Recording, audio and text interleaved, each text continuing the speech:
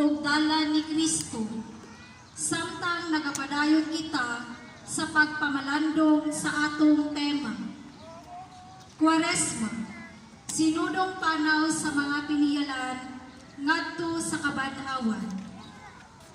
Atong usab nga gisaulog niining adlaw isip Alay Kapwa Sunday. Atong nakarong pagasugdan ang solemne nga pagbindita sa lukay.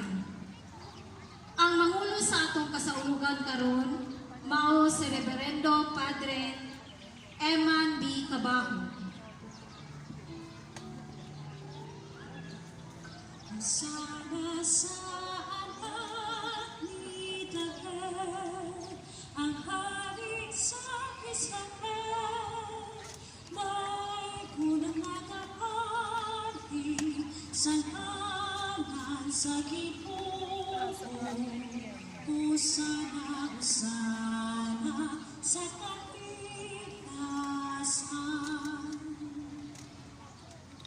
Sa ngalan sa Ama, sa